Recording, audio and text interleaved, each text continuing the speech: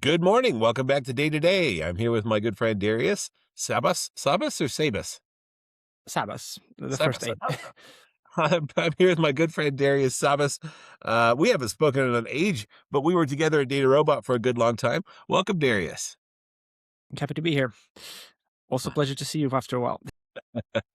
Well, hey, catch me up. What have you been up to since DataRobot? Oh, how much time do we have? That might take the whole hour. But yeah, long story short, is when I left the robot at 2020, Yeah. when the COVID hit, and I joined a secondhand marketplace in Europe called Vinted. I think it's recently entered the US market as well. It's like a secondhand clothing marketplace as head of an data science. I stayed there for a year and then came back to the DataRobot for another 3 years. So actually from 2021 to 2024, I think I was back in DataRobot, just Well, is that some Stockholm syndrome? kind of. To be honest, it's kind of difficult to match that level of excitement and cutting edge as after you leave a company like that, especially when you're going in house. Um, but yeah, I came back for 3 years, then was working in the Nordics, then for Central Europe, and then last year and a bit was in Middle East. So got experience all that part of the world through the robot eyes. And then, yeah, like I mentioned before we started the conversation, I got 2 kids in 2024. Uh, then decided to take some time off to rethink my kind of work-life balance because the robot traveling across Europe, across Middle East, that was just unsustainable with the family. So Yeah. I joined another company right after called Abacus AI. Maybe you heard of them. They're kind of I think they're West Coast based, but they're mostly focused on US market. It's like DataRobot just for LLMs, for lack of better parallel. So I stayed there for 1 year, and then for the last year or so, I came back to the region where I'm actually physically based out of, and I joined a company called Ovoco, which is another marketplace for secondhand car parts. So it's my third marketplace that I'm actually now leading the analytics team, and yeah, it's been 7 months now. It's actually quite a nice journey, and I'm quite proud of where we are. Hmm. Well, tell me more about that. What kind of data science are you guys doing at Avoco? Right now it's mostly analytics, and we're getting there. So for the last year and a half, we've been mostly stuck on migration issues. So we moved over from Redshift bespoke architecture to more Snowflake and more streamlined. So we're acquiring the right tools for data ingestions, data exports. We added a new uh, analytics tool next to Looker, which was already in the company before. We also added Mixpanel, which is What is like it? Looker just for product analytics. Mix panel? Mixpanel, so Oh, like mix. mixed and panel, yeah. So now we have two BI tools that are being rolled out as we speak. Mix Now panel I'm is also a tool. I've never heard of it. Tell me about it. so it's a little bit like Looker just for product analytics. So all the customer journeys, you can drill down all the way down into individual interaction. Looker is much more BI focused for aggregate data, for the facts, sales, marketing, etc. But Mixpanel is mostly focused on actually user touch points and user journey. So all the events data coming in, as you can imagine, being a two-sided marketplace, there's plenty of events coming around. And if you want to, for most analysis, you don't need to go all the way down. But as soon as you do, Looker becomes a bit of a megalith. Yes. I uh, think we use post hoc instead of that tool, but I think it's the same idea, right? Capturing application events and such. yeah, kind of. So can you mention the one that you mentioned again? I Post think I would talk to you. post hog. Post post Hog. hoc. Okay, I'll take a look at it as well. I haven't touched it myself. Well, it's not an Uh, endorsement, but, it's well, all it's these always tools good to look around. they have their own challenges, I guess, huh? Well, so far we're quite happy with Mixpanel. It does the job. The adoption is very straightforward, and it's more focused towards non-analytics, actually project managers, product managers, engineers, designers, etc. So it's much. The goal is to enable self-service, to actually free up the time for the actual data science and analytics we want to be doing as an analytics team. So right now we're like 10 people. So, for a company size of 300, it's quite a broad scope of questions and requests we have. So we need to first free up a bit of our time to actually focus on the added value services we can offer to the company once the basics are out of the way. Because right now we're kind of in the maturity stage of reporting and more like backwards looking piece. We really want to go down forward looking. So we're planning to roll out like A/B testing a bit more extensively. I mean, we have something now, but we want to rework it over the next few months, and then the basics will be covered. And then I really want to focus on like developing data products, like ML, AI, and all of that sexy stuff. Sure. Yeah, that makes sense. That totally makes sense. Now, what kind of stack do you guys use for your data science work? So data science right now is a little bit niche right now in our company, I would say. So there is, we do have some embedded machine learning engineers in certain product teams, but they are mostly focused on like embedded product predictive models. So some things like background removers, some automatic text cleanup and categorization. So those are mostly the same stack as the engineering team. So that's a bit of a mixture of. To be honest, I don't really know the exact details of the engineering stack, but it's not a data science stack for lack of better equivalency. But What those are not. So What do you go ahead. mean by it's not a data science stack? The machine learning engineers, they're working with data, yeah? Yeah, they are working with data, but it's mostly like operational use cases around like not really classical machine learning where the data stabilized, it goes through the data warehousing, etc. It's mostly using operational data, so it's embedded directly within the product teams, and They're they're like working with like VS Code or some sort of scripting tools to write whatever there is they're writing.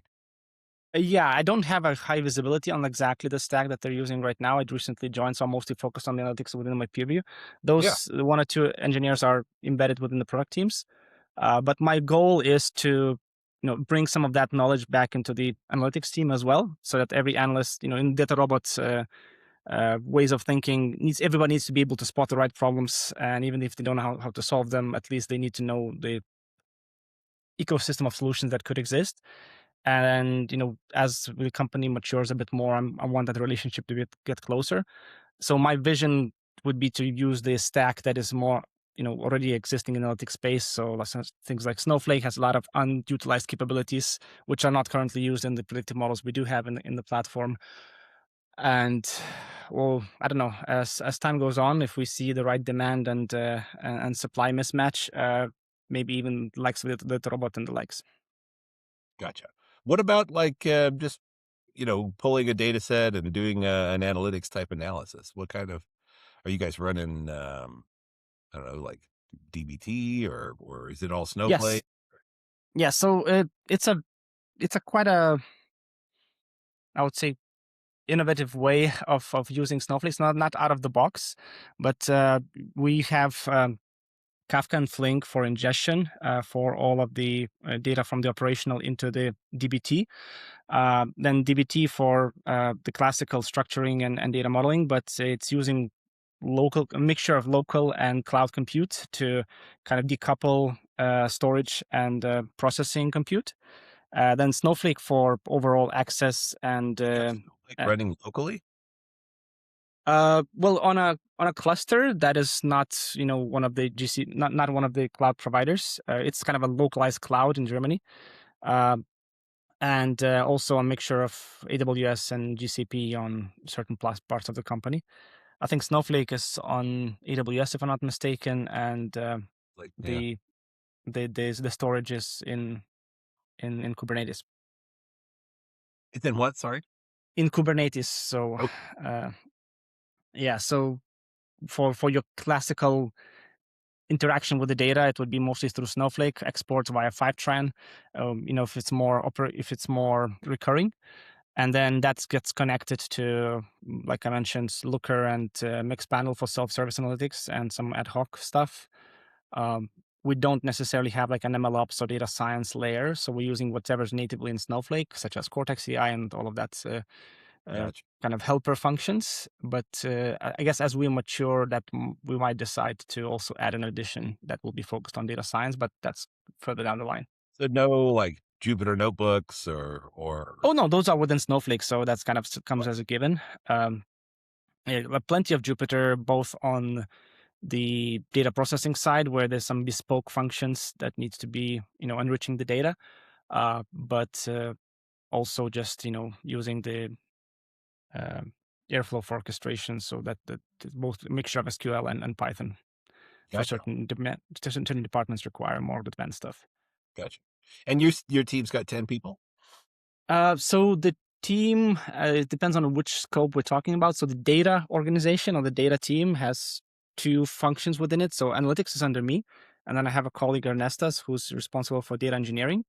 So under me, there's soon to be 10 analysts. Uh, and then under my colleague Ernestas, there's like two analytics engineers who are responsible for kind of the consistency and logic of DBT and the overall organizational consistency. And then we have three data engineers for all the ingestion management stuff, because it's a it's still not it's not plug and play. So there's a lot of control we have around how we ingest data, how we process it, and how do we control compute. Gotcha. Yeah, I understand that. Okay, well, the reason I'm so interested is that, I don't know if you've heard much about Zerv. That's the company that I helped co-found. We're a data science development environment Mm, that is cloud-based and connects to Snowflake, for example, and super collaborative, handles cloud orchestration, and, it's a major upgrade from something like a Jupyter, because it's not sort of like in memory and, like, there's a bunch of cool things that we do. So I'm always interested in what people's stack looks like. mm, Because we're trying to, at the end of the day, solve the problems that people have with interacting with their data, right? mm. No, I haven't necessarily explored it a lot. I googled a little bit before our conversation today. I think the one of the struggles we face as a company within the Eastern European market is the overall maturity of the market. So a lot of the kind of in-house like localized ethos is build versus buy, and we're slowly as a whole region moving towards a mixture and more buy versus build as you reach a certain scale. So there's Mhm. not a lot of good best practices or like localized knowledge on how to build uh, you know a combination ecosystems of data that are way more scalable than a small business. And this is one of the reasons why we had to perform the migration like a year and a half ago, is because the initial startup vibe, let's make sure that it works as fast as possible, as soon as we can build it. Eventually, when you reach a certain scale, it just no longer is feasible. So Sure. we streamlined it a little bit, and I think that's going to be a ongoing process to like add the right bits towards the data science piece, as well as maybe even reworking the ingestion of whatever the ecosystem of data sets is before Snowflake and DBT. Gotcha. Gotcha. Yeah, Zerv would be downstream of Snowflake so that you could Mm. utilize data sets. But anyway, not trying to hijack the conversation for Zerv. No worries. We can talk about Zerv later. What kinds of, questions are you being faced with? Like, what is probably the most important use case that you've worked on at, your company? I will go. Well, because right now we're still in the analytics stage as the company maturity is progressing, it's mostly like those strategic and operational use cases. So, certain reports, certain, whatever Looker doesn't allow you to do out of the box, because Looker is a bit restrictive if you don't have the certain data views for non-technical audience. A lot of that data logic to be fed into Looker. So, basic things from churn to user acquisition to like buyer behavior, seller behavior, marketing efficiency, ROIs, etc. So those kind of BI style use cases. We are still actively developing our product. So we adding new features, things like some of the basics like chats, wallets, etc. So we're launching new capabilities that did not exist before. Then those questions tend to be much more like, if we don't have the data yet, how can we start tracking it? So all the events logic, hence the mixed panel conversation, and we chose to have it in house. a lot of strategic questions as well. So what happens if we open up a new market where we don't have any data? How can we extrapolate some similarities, market research together with the data that we have in house, and maybe extrapolation? Recently, as everybody else, the AI boom is reaching every single company. So especially now that we're adding the chat capabilities to our platform, and now the multimodal data comes into play. So it's Uh-huh. no longer just tables and categoricals and numerics. Now it's how do we analyze the data that we have never tried before. So we actually fun fact, last week we had a hackathon. The whole analytics team just went to a country house for a day, and we just hacked around our chat data.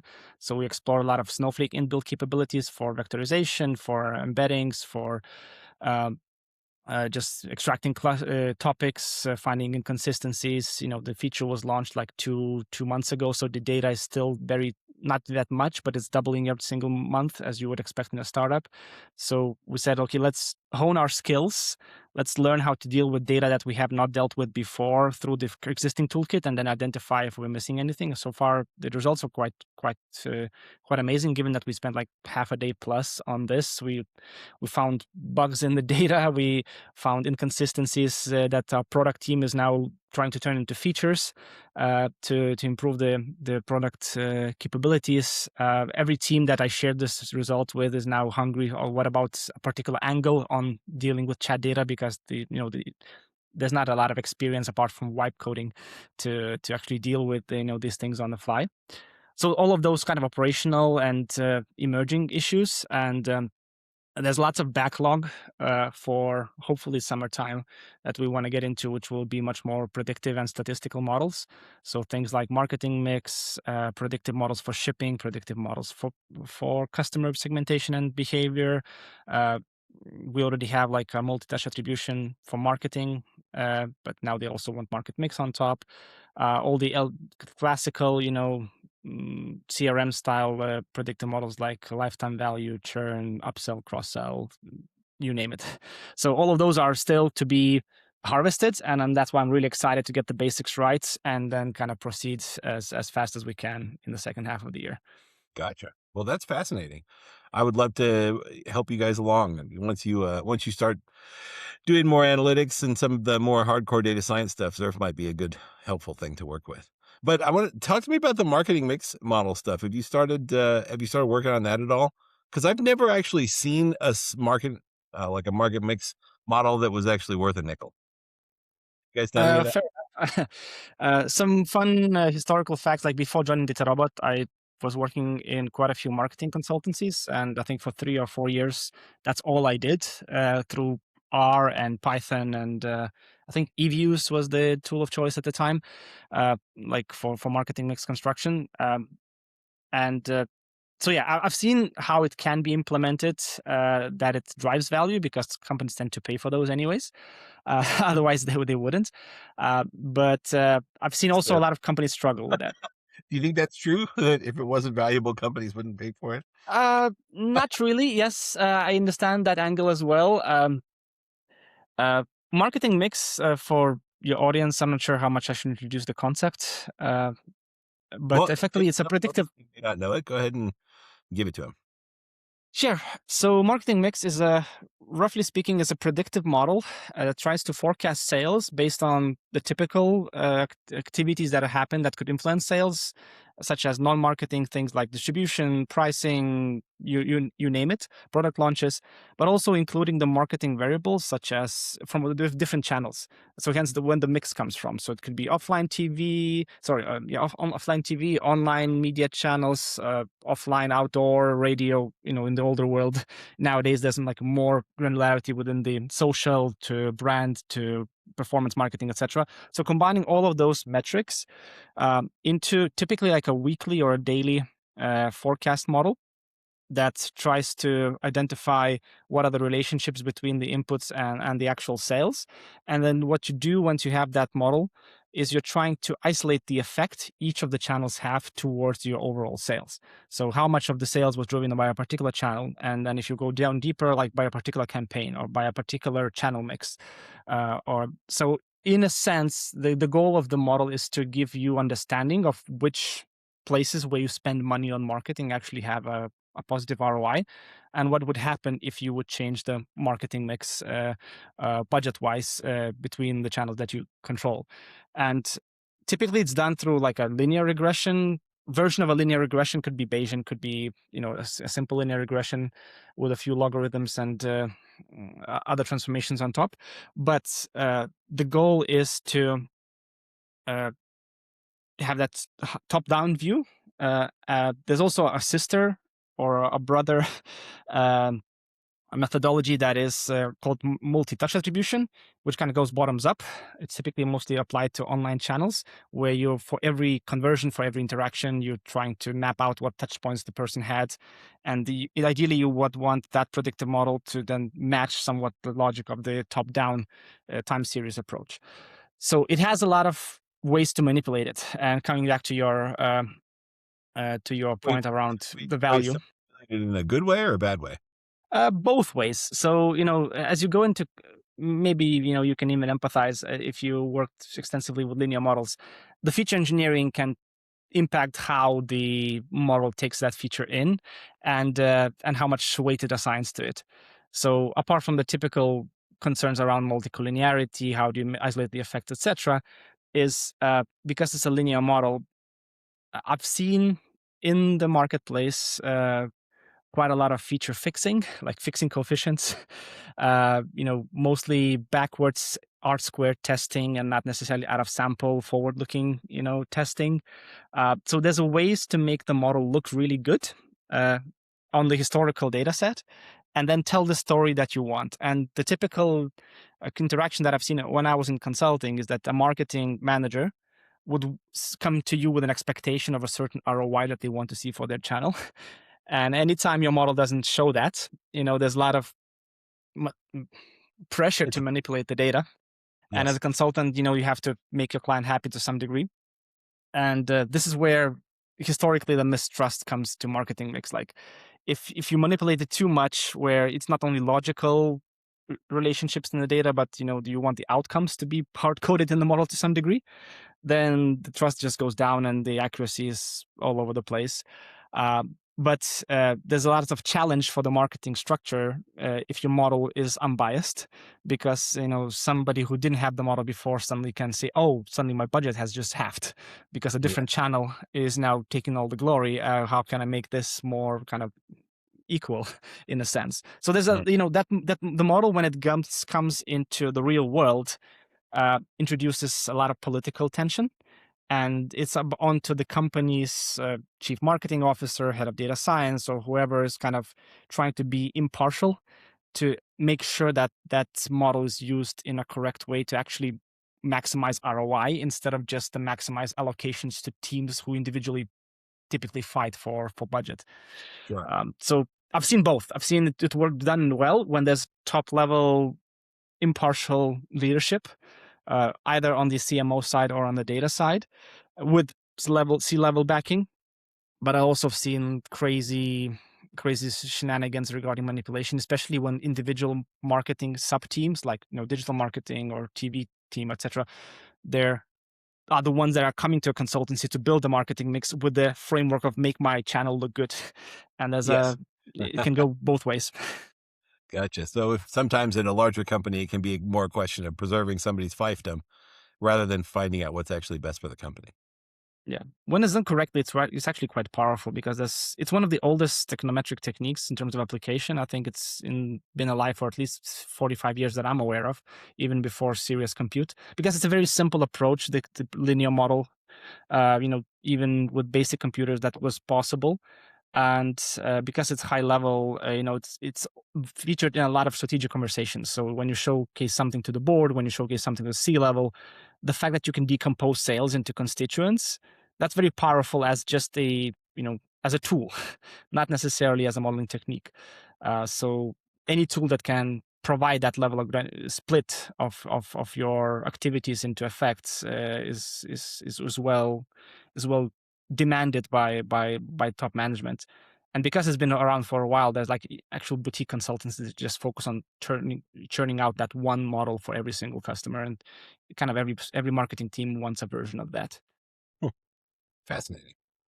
How so I'm curious about the secondhand marketplace. You've done 2 of those now, one on clothing Two on second hands and one non-second hand. what was the non-secondhand one? Before joining DataRobot, I spent close to a year in a company called Treatwell. So it's a B2C marketplace for beauty procedures. So suppliers and demand. It's still alive today. It's actually in quite a decent portion of Europe is using Treatwell.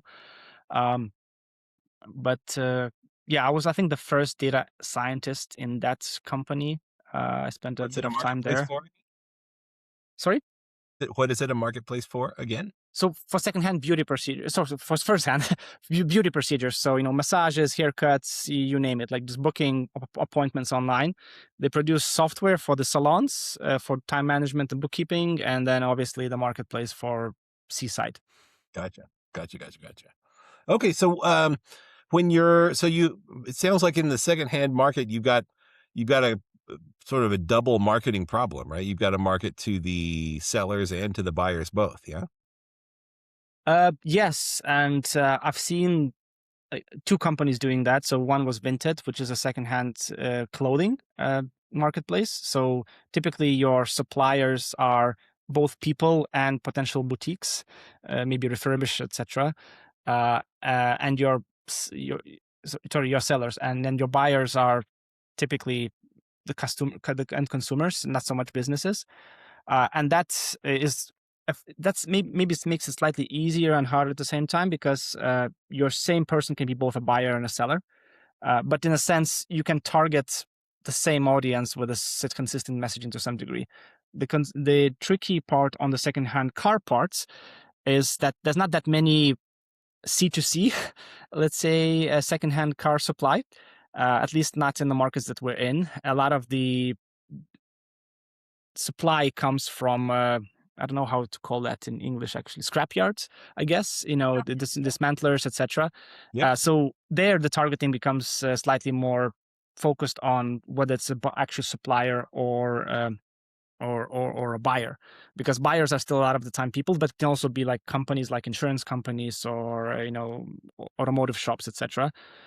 As well, what your supply is almost 100% at least at the time that we're speaking, is businesses. So Yeah. it needs to be a combination of both to capture. Certain marketing works for attracting businesses. Way different type of marketing works for attracting actual end consumers, Mhm. and that's where the complexity comes in, I would say.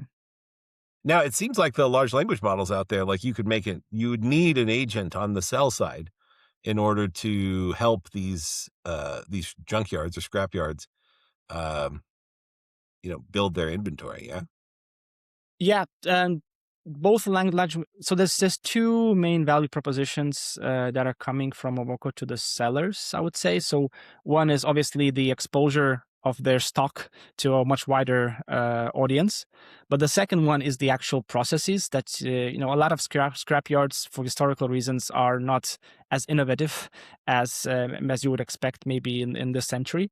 So a lot of the times, just coming in with a software that helps you to showcase, okay, this is how you label your stock, this is how you take photos, this is how you categorize your warehouse for optimal retrieval and allocation, this is how you kind of compute the overall return on assets, because you typically like buy a wrecked car and then you dismantle it and you see, like, is that actually a paid off or not over time. So just that kind of warehouse management piece is also a big value, not just the exposure of the actual stock to increase your overall sales. And yeah, AI can bring values to both. I think even more on the warehouse piece. So identifying things like in order to increase the sell-through rate of your inventory, you need better photos, or you need to imply certain descriptions so that it's way more findable on the marketplace. And nobody who's an actual hands-on scrap heap employee spends so much time on the computer, prettifying the text, catchy messages and in photos, etc. So those agents that you were talking about, it could be as simple as like a background remover, or prettifying the photos so that it's way more appealing, because not every time it's super clean, etc. But also just making the listing nice, like your entire marketing or sales department, which typically don't exist in those scrap heaps. That's where a lot of the value does come from AI, and it's still I, semi-tapped market. it seems to me like there's a step before that, right? Like if it were me and I were wanting to buy this product, I would want to be able to go to my agent and say, "Hey, I just bought a 1998 Volkswagen Passat," and then have the agent sort of figure out like, okay, there are, 273 parts that are sellable on this vehicle, and let's go through them one by one. And you take a photo, tell me if it works, whatever. Then I'll create the listing and sort of make it available, that sort of thing. So it's more guided instead of, Yes, that's you know, actually the area that we're investing heavily as a company. So we call it virtual dismantling. So when you're like purchase a car or a wreck, you can effectively ask our system to turn it into parts based on the VIN code and some of the other parameters around the information about the damage types. That creates virtual parts that you can even start selling on the marketplace before the car is actually dismantled. So you can actually see the demand coming your way. yeah, There's also the component of, like you mentioned, like a recommendation of which parts tend to sell best. Maybe even computing like an ROI of expected returns. Like because there's always for scrap heaps, there's always a dilemma: how deep in the car do I want to go? Because yeah, getting down to the each individual tiny parts is not always worth the effort of actually dismantling it if it's like going to cost you like 3 or 5 euros per for tiny parts. But there's the big ones like the engine, the panels, uh, the electronic equipment, etc., which definitely you can have a higher return. But then that's the question of where exactly do I stop? Which parts do I scrap for metal? Which parts do I kind of try to sell off individually? And having a marketplace where you can see for each part type what are the sell-through rates, what are the expected returns, uh, based on the car type, based on the individual car information. Uh, the goal is for us to then guide the scrap heap to say, okay, which cars should you buy in the auction to dismantle in the first place? What should you expect from them in the first month, 6 months of having them on your stock? And how deep do you want to go into dismantling it in the first place so that you're not wasting time and money? Do you guys capture the point of sale stuff too? Because it seems like there'd be some really interesting information to be had about like pricing. Uh, yes. So because it's a marketplace, we do know what the parts actually sell for, and when we're looking at we even are we even have an initiative to then roll out pricing recommendations based, right, it's already in the product based on the category of the part. This is Uh, one of the areas that actually I want to get even further in with analytics and machine learning to make it even more personalized. Because like a door panel just based on the car brand doesn't mean much. You have to take a lot of variables into account: the trim level, the year of make, and the damage type, etc. So we have like the basics there, but to get it way more prescriptive through predictive means it's still something to unlock.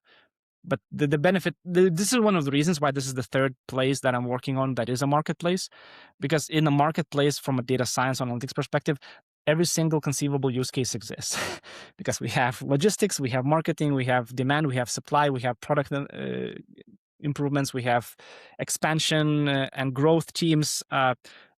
As you can imagine, it's a bit of a gold mine as far as predictive and analytics use cases are concerned. So there's literally, I'm super excited about the second half of this year once the basics are out of the way, because I can't even, that's not a problem to create a roadmap. The question is, where do we start?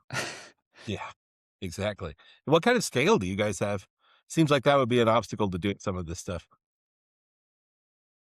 So the scale, I guess it depends on how you want to measure it. As far as markets is concerned, we're in, I think, majority of the European countries for now, still within the region. Um, when it comes to the size of the company, we recently reached a 300 people milestone. So we're quite a decently sized. Like I mentioned, the analytics team is still not maybe as big of a proportion of the organization as we would like it to be. So there's room for improvement there. Uh, That's but wild. yeah, in What terms is of the actual, if it's sorry. not what is everybody working on if not analytics? Seems like you're an analytics company at heart. maybe a web design company too, but like that's funny. Well, hence the big push for self-service, and the goal is to make the data easily accessible to both product managers and designers and engineers, etc. Once we roll out the A/B testing, that will be easier to implement than it is right now. We definitely want to make sure that everything is hypothesized and tested before it's rolled out, because as a scale that we are right now, I can't mention the revenue numbers because we're Yeah. still not public, but we're definitely aiming towards unicorn status pretty soon. At least that's what I'm hoping for, and the trajectory supports that. It's not just a hope; it's more of a trajectory. Um, so uh, to quote our CEO, I quite like the concept that he mentioned to me in one of my first one-on-ones with him. Is he said, like, I want every team in the business to pay a data tax. And I really like that data tax concept, that every decision needs to be based on data. Every product improvement, every new feature, every expansion opportunity, every marketing decision or budget increase or decrease needs to be kind of based on the data behind. And by paying the data tax doesn't mean poke your analyst until he tells you or she tells you, what the answer is. You need to be able to do it yourself, and it all the way up from OKRs down to the individual feature releases. So enabling self-service was key. And in DataRobot, we were focusing on self-service predictive and machine learning capabilities. For Mhm. that to be the case, first there needs to be a self-service of just BI and data access for typical, financial and opportunity sizing questions. And I think since we're almost there, to be honest, like a few months from now, there will be all the groundwork will be done for self-service analytics. The next one to tackle will probably be self-service AI plus ML. The world is changing a little bit, so I come from a heavy bias towards machine learning, but now AI simplifies a lot of those concepts. So it will be finding that nice balance between enabling quick prototyping on the business side, but also applying the rigor from the data team so that those ideas don't go completely off the rails. Yeah. Awesome. Well, that sounds like an outrageously fun challenge to be faced with. I'm super excited. Yeah, I'm definitely going to be calling you to show you Zerv here after we get done with this call. Talk to me though Looking about the impact of things like ChatGPT in your personal life and in your sort of day to day work pursuits.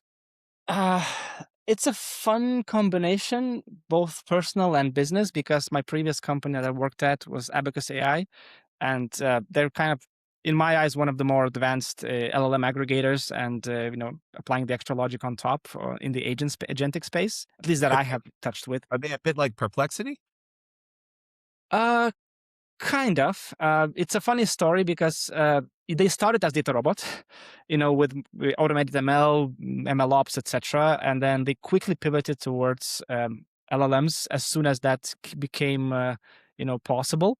And Yep. they apply the same, similar to DataRobot. Also, they're trying to go into reusing a lot of the best practices that they built already in the automated ML space to apply to LLMs.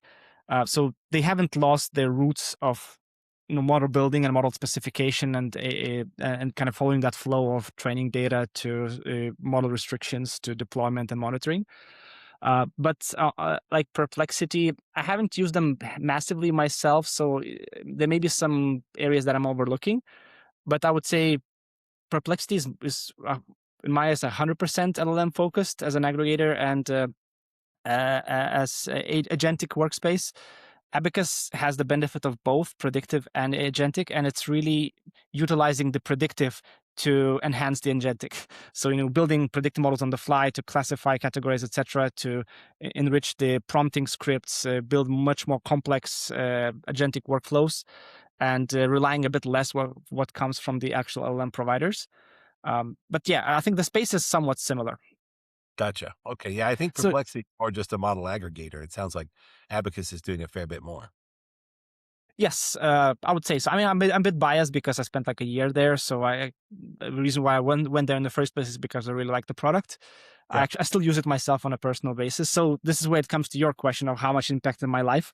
I think before Abacus, when it was like one LLM at a time, I was not a massive user of LLMs, and maybe that was to my detriment because I still felt that the field is evolving, and to be honest, it did change a lot in the last 4 years. But as soon as I got access to Abacus, where it's at this, not even without even making the choice, you can pick an LLM for you. You can switch over to regenerate the answers from different LLMs. Integrating all of the tools that come out of each, because one of the issues is that if you're switching from Gemini to ChatGPT, you know now it's getting more commoditized, so in similar user experience. But like a year or 2 years ago, it was certain features exist in ChatGPT, some features exist in Gemini only, etc. And Abacus had a layer of, regardless of which LLM you're trying to choose, as a logic brain, you can still do all the cool stuff. Whether it's image generation, is going to switch to a different LLM for you, bring back the results, combine them together, give you like a seamless experience. So as soon as I got to see what's the power of having a single user interface against all of my demands, whether that's slide generation, app generation, normal chats, scheduling stuff over calendar, then I found a real power. Because up till maybe like a year ago, even like ChatGPT and Gemini, they were still a bit clunky when it comes to multi-purpose and multifaceted responses. Now they're kind of getting to that level by themselves. So the question is, what do those aggregators? How do they survive? What's the value proposition there? Yeah. But in the last 4 years, that was definitely a game changer, because everything from personalized agenda to slide generation. I think I used not ChatGPT, Abacus AI, and some of the other LLMs even to applying to jobs, doing homework tasks. And especially when that is not just a coding task, but like, why don't you build a data strategy for this new company you never heard of? Having that as a starting point is very, very powerful. Just typing ideas and making them on a slide, that's very powerful. Yeah. Yeah. That makes sense. Um, How about yourself? You also probably were, for coming from the same space, so I imagine you were also an early adopter of AI. yeah, I use it for everything. It's like an integral part of my life at this point. I'm pretty much stuck on OpenAI at this point. I mean, everybody uses anybody that uses Google is kind of forced to use Gemini at this point, which is fine. Gemini works great. The thing that I like a couple things about OpenAI's setup. One is the memory, obviously, as these things kind of like they learn about you as you use them. So, like, I did an exercise a few months ago where I asked it to tell me about myself, tell me everything it knew about me, and it was pretty remarkable. It knew a lot about me, you know. And then another fun thing you can do is ask it to roast you. Uh, I haven't tried that one. Yeah, it's so funny. It is so funny because it definitely picks up on all of the things that you're, searching about, asking about, prompting about, and so on. And it's it's pretty fun. So yeah, everyone should ask their large language model of choice to roast them Mm, if you want to have a good time. Do it with your yeah. your significant other, and you can have a roast off. It's pretty funny. Speaking of I love. which, well, my wife is a heavy user of ChatGPT in particular, and because she was on maternal leave for close to a year and a half, there's plenty of questions that arise once you have a first time two kids at the same time. So like everything from how to deal with them to personal fashion to ideas for vacations and all of, like, she's really focused on ChatGPT. I'm much more fluid. So the cost I pay for using the aggregators is that's not really a profile of me. But I'm sometimes have the feeling that it might be the next social media crisis, where people are now having best friends as their personalized GPTs, because like it's really personalized. And sometimes, like, should I ask a friend or should I ask GPT? Well, GPT knows more about me than my friend does, so may as well ask GPT. So that I definitely see that getting more and more I, prevalent. I listened to the Daily. It's a New York Times podcast. And they did an episode a few months ago about a woman who fell in love with ChatGPT. And it would but her problem was that every few weeks she'd have to reintroduce herself because the part where they met would fall out of the context window or something. Oh, yes, no rag on top of it. Yeah, it Okay. was the major thing for her because she was, like, having to reintroduce herself to her lover, her virtual lover on a biweekly basis or something, so it was like, Yeah. that's funny. I haven't been following what happens in Japan because those people were way more advanced into personal relationships with the digitized selves or digitized avatars. But you put GPT on top, and that can be almost indistinguishable or even better in some degrees than an actual person. I've played with Grok some too. Have you played with Grok at all? Mostly through the lens of Abacus because that's one of the drop downs. It tends I think I'm paying the price for using the aggregator because I'm not invested in a singular LLM model because I tend to use the recommend me an LLM based on my query type Yes. approach because it Uh-huh. does it on the fly. So Grok doesn't always comes on top as a recommendation, which maybe is a bias of the company itself. Um, but definitely hear good things about it, and I've never been disappointed of the answer. Uh, but I have not been following the social media controversies around PC and all of that. Yeah, no, Other it's restrictions that are there. yeah, the fun thing about Grok is that it's much more uncensored than everything else.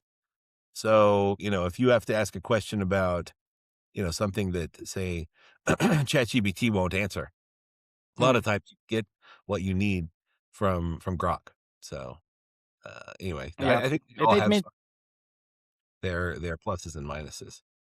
I kind of love the idea of creating sort of like a "Who am I?" file or something mm, that can be sort of like, moved portably from LLM to LLM. There might be a startup there, right? Like, capture things that you know about me and then store those in a way that is consumable by any large language model, so that they have the full context of my life to go off of. That Yeah, I might definitely see the value of that. A funny story. Like when I was in Abacus, the businesses themselves were almost trying to avoid that. You know, one of the value propositions to selling to businesses, these integrated chat solutions is like, yes, it's going to be aggregation for all of your LLMs, a single point of reference and contact, but also it's going to not store personalized data. But I think the more I use LLMs, the more the storing of the personalized data becomes the value itself. I Yes. think living in Europe, it may be a bit more convoluted than being on the US side because the GDPR and some of the restrictions, they're way more intense here than they are on the US side. Yeah. And some of my friends are like even changing their device locations to the US just to unlock certain features that the GDPR is blocking. Um, so I definitely see the potential there. That's what I've been doing myself. Is like I even asked like the LLMs that I'm using to create a personalized description of me of certain commands that I want to track and use it just attached it to the conversation or attach it to the agent. I think the value of these aggregators, maybe I'm stating the obvious, would be exactly that is, once there's no more stigma about personalized data, uh, they would have the most personalized profiles that you can bring because typically once you have a favorite LLM, you probably ask it certain questions. But if you have a collection of two or three, maybe the profiles would be different in Grok versus, ChatGPT versus Gemini, and aggregating those together as a single as embedding or as a single RAG data source or whatever makes sense in that sense makes perfect sense. And to be honest, I guess that's what's happening under the hood anyways, because in the end, everything ends up being a data product or a data company. So even if it's not officially stated, I wouldn't be surprised if that's happening under the hood. Yeah. And then I wonder at some point there will be this thing where you want to sort of manage your internal profile within the large language models you use. So it's like, okay, I'd like to prompt my ChatGPT to tell me about X, but I don't want it to think that I'm actually interested in that because it'll mess up my future answers. It'll go, oh, he's super to like monster trucks. So, I'm going Yes. to add the monster truck vibe to all of the answers. You know what I mean? I do that with my TikTok feed because it's like, okay, I really think it's awesome and fun to watch Judge Judy, from time to time, like maybe there's a cool scene. But if you watch one Judge Judy scene in TikTok, you'll get millions of them on your flow, like in your, not your flow, your feed. So it's like, you got to be careful what you watch unless you want to see a lot more of it. Yeah, that's lots of learnings from just general browser interactions, the incognito mode, like you mentioned, or the opening up maybe the multiple accounts to ask for one question versus the other. I think in Europe, if in GDPR world, there's the right to be forgotten. So that could also be like a right to be forgotten in the LLM sense, not just on the on the internet. Uh, Right. and I think right now it's still not as monetized as it will soon become. And I wonder what will be. I don't know if you're familiar with the slang term for this concept would be like enshittification. As tech gets more and more personalized and optimized, the user experience, the initial spark that drove all the users to it becomes worse and worse. Yeah. And I'm still waiting for that to happen in the LLM space because there's so much untapped commercial opportunities with LLMs. And Google started as a decent engine, and now the actual results are the 10th line on the page that you have to scroll to see. So when that becomes the LLM experience, hopefully not too quickly, but eventually it will. Then it will be like the browser wars. Oh, use DuckDuckGo because it doesn't bias your search results. Use Opera because it uses proxies, VPNs, and then use Chrome only for certain things because it builds a profile for you elsewhere. So Yes. I imagine it's the same thing is already starting to happen somewhat slowly, but I think the law. I think it's Moore's law, or I keep forgetting the name. That everything is just two times faster as time goes on. Moore's law. So I imagine that we'll reach that stage within the next 2 to 3 years, no problem.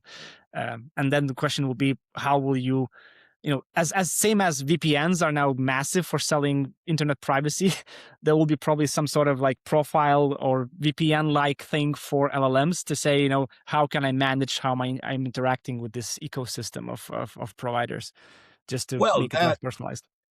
not only that, but also like, how can I tell what was created by AI versus what wasn't? I actually heard a really interesting interview with somebody that said he was likening it to like public and private keys. Like, how do you verify that the email that you got is actually from the person that it says has sent it? Mhm. And his point was like, this is a solved problem. Like, we just have to apply the technology to say, hey, this is an authentic video of a lion eating an anaconda, or no, this is actually AI, that sort of thing. So I think I there's wouldn't some be. thing there too, like some kind of like a signed certificate or something that can verify AI generated content versus not. I wouldn't be surprised if this will mean a semi revival of the blockchain technology as such, for verifications, because e- everything that's digital now, from the news to videos to even like personalized photos, is now into question. Right Mhm. now we're still the early days, but like 5 years from now, uh, nobody will trust anything, in a sense. Uh, not that most people do. Yeah.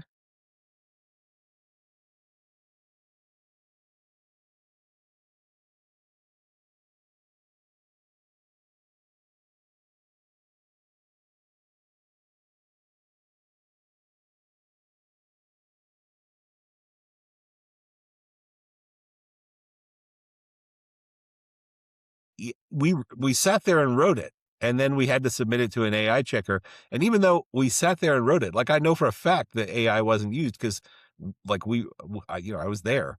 It still said it was 65% AI. So like you know there's there's a gap there in terms of people being able to trust the things that they see on the computer with the easy ability to just generate so much stuff. Um, Yeah. So I imagine that like always with new technology, the new niches pop up that were not even a problem before, or not even a viable solution before. Like you mentioned, from the personal profile migration to potentially censoring or personalized data management for interactions, verification pieces. I imagine there will be other mathematical breakthroughs that will be incorporated into this. I'm not a big sci-fi person, but eventually quantum computing will wake up to then start opening up a new can of worms for Yeah, to it, destroy encryption. well, to destroy encryption, but also maybe to deal with this the size and the speed of LLMs, because there's a reason why the major investments right now on the electrical grid on the LLMs in data center size. Eventually there'll need to be some sort of a. I doubt we'll turn into a matrix where every single city is just a big battery. But with the LLM consumption growing the way it is, there needs to be we need to go from a steam engine to solar panels Yeah. equivalency wise. Awesome. Hey, well, I'm just looking at the clock here. We're about out of time. Darius, this was a really entertaining conversation. I really enjoyed chatting with you. Likewise, it's been a while since I had a proper conversation of this length, so appreciate the guidance. Yeah, man. Cool. But I am going to be hitting you up for that Zerv sales pitch because I think we can help you. I believe that's one of the reasons why I'm here today, not just on the personal relationship side. Nice. So the good thing is that as these new startups that are really multifaceted like marketplaces grow, there's a lot of unexplored spaces. So bringing in third parties like Zerv, for example, there's always an option. The question is it the right time? And I believe this year it is the right time. Nice. All right, awesome. Well, good luck with your kids and fatherhood. Exciting to have twins. That's one thing I never did. I've got 4, but none of them came 2 at a time. So congrats on the twofer and all my best to your family. Yeah, congrats as well. I mean, 4 is a way different story, but yeah, happy to be here juggling both and hoping that I'm doing a decent enough job. We'll see in 18 years or so. No, it'll be way after that. My oldest is 24 and I still don't know. The jury's out on how he's going to turn out. Well, fingers Awesome. crossed. I'll ask AI. Okay, pleasure to see you again, Greg, and looking forward to connecting again. Awesome. Awesome. All right. Thanks. See you later. Cheers, Greg. Bye. Appreciate you. Bye.